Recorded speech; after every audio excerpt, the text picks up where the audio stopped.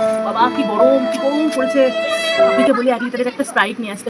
পাপড়ি, এখানে একটু শুনে যা।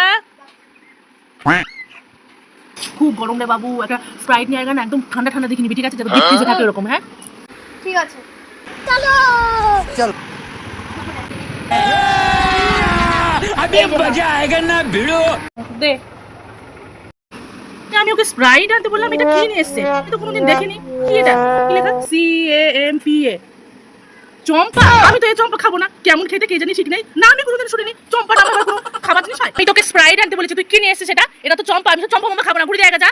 এটা চম্পা, ভালো করে পড়তে হবে, এটা ক্যাম্পা। CAMPA তো চম্পাই হয়।